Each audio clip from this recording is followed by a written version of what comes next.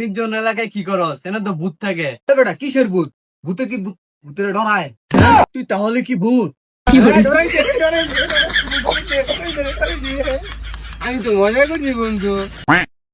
বেটা ভূত বলতে কি কিছু আছে? এসব ভুয়া। মানুষ যে আছে এটা বিশ্বাস করস? মানুষ তো আছই।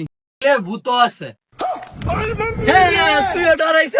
মানুষ জন আছে তাইলে ভূত আছে। কিরে সাফায় তুই একলা এন্দা কি করস? কোথায় একলা দেখো? ও আছে না?